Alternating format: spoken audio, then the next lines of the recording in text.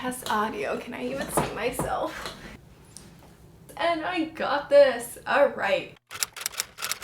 So I'm not gonna lie, there's actually a lot of perks about being an engineering manager.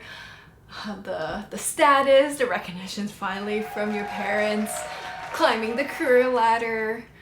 There are a lot of amazing things, but there are things that are really hard about being an engineering manager, at least for me. I am here to kind of share with you these experiences. If you don't know me, my name is Catherine. I am an intern turned engineering manager turned now senior product manager. I've been getting the question a lot about, should I be an engineering manager? I feel like whether or not you should be an engineering manager is a really personal question. But the one thing that I do know is that it is not for everyone. I'm actually kind of surprised I'm actually covering this topic on YouTube. Did I get braver or something? Who knows? Maybe it's the fact that I'm not an engineering manager anymore that I feel okay with covering this topic. There are some real challenges, and I think that I would like to share my experiences with you. Hopefully these experiences will help you make a decision for yourself. So let's get started. The first topic I want to cover is around trust and transparency. All right, let's start here. I think I've always believed that the currency of leadership is trust, and the easiest way to gain trust is through transparency. Becoming an engineering manager really kind of just jumbled that up for me. I think that in my career, a lot of my success was really due to trust. Other people's trust in the fact that I will do the due diligence that is necessary, other people's trust in me that I will execute on the plans I set forward. I think that this trust was gained through me being transparent about my decision making. Why am I choosing to do this? How am I choosing to do this? Why is this the priority and not something else? I felt that being transparent in my decision making really allowed the teams that I work with to be aligned, to trust each other, and to not worried about why decisions are made and just focus and move forward. When I became an engineering manager, I became privy to a lot of information that I didn't have. I started having one-on-ones with my team, and to be honest, that was my favorite part. I want to know everything about my team. I want to know, what their goals, what their ambitions, what their challenges were, probably more than they wanted to tell me. I was interested. That was my favorite part. As you can see, I'm a very nosy person. I think that through these discussions, I learned about what their challenges were. I learned about what their fears at work were. And I learned about a lot of things that I, publicly might not be able to share, but was making decisions based on. Let's say someone was struggling and really wanted to work on their leadership skills, but they're not the best person suited on the team to do so. And we have an opportunity where it could be a good fit. As an engineering manager, it's my responsibility to find opportunities for people to try and struggle and succeed or fail. I'm making these decisions based on information that I have, but I can't tell my team that. I can't tell my team, hi, I'm choosing to put X as the tech lead on this project so that this person can develop their leadership skills. Maybe I can, but somehow it just feels really awkward to have that conversation. And that's just one example of many, right? I think that as we learned about people's strengths and weaknesses, or things that they want to work on, or who they like to work with and who doesn't, and things we want to kind of work through together, the person that has the most information has the most leverage to be able to put all those pieces together. And in this team, that person is me. Suddenly I find myself in this place where I feel like I'm making good quality decisions based on the information that I have, but suddenly I wasn't able to tell my team that. I wasn't able to demonstrate through transparency that I am making these good decisions. And when asked about why I made these decisions. Why is this person the tech lead and not this other person? We do have that level of honesty and comfort on the team. Suddenly I can't say anything. And I think that for me, that was really, really stressful. It just really threw me off. I think that as a person, maybe it's just my personality, but like as a person that wants to be transparent about everything, that prides herself in being transparent and gaining trust through that transparency, suddenly I don't know how to gain trust anymore. Suddenly I'm questioning whether or not people believe that the decisions I'm making are thoughtful and did take their feelings and their challenges and their goals into consideration. I think that it obviously got better with time. I was able to adjust my level of transparency, and I think that I kind of internalized the power of just acknowledging the things that you can't say. But I have to admit that this is a different way of working with a team that I'm used to, and I just really had to find a different type of leadership style. I think the second thing that was really challenging for me is that as a manager, I had to make harder decisions with less time and less completed information. Specifically, I'm thinking about hiring. I know that like in any kind of leadership role, you're probably be making more and more decisions, but hiring is a different type of beast in my opinion. I think there's a lot of joy in hiring, right? You get to select the team that you're working on, you get to help grow the culture of your team and help it be the best that it can be. All those things are super exciting. But hiring is just a beast.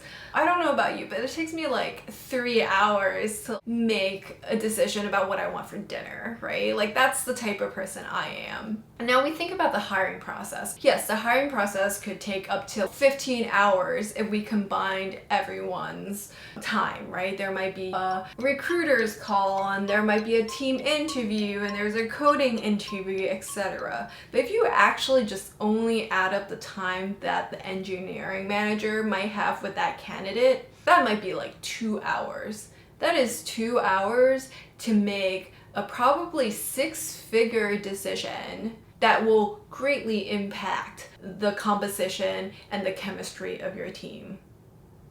That's a lot, at least for me. And you have imperfect information. You don't know how they're gonna do on your team. You don't exactly know how everyone's gonna get along. And like we've all worked with people that were harder than others to work with. And we all know that there's a huge impact, right? So 2 hours to make a 6-figure decision and potentially more in terms of time and effort from everyone else, like, you know, and you have to live with the consequences of those decisions, right? Like the joy of being a hiring manager is that you get your final decision with the influences of the other people, but in the end, the final decision is yours. You get to make the call, and it is your responsibility how well they do. That's a lot of pressure, especially if it doesn't work out. I wasn't mentally prepared for that for some reason. I feel like people need to ask themselves when they ask, should I be an engineering manager, is, do you want to make those decisions? Does that even sound like an enjoyable process to you? One thing I realized was really different for me was that when I became only an engineering manager, my success in the company was dependent on the success of my team.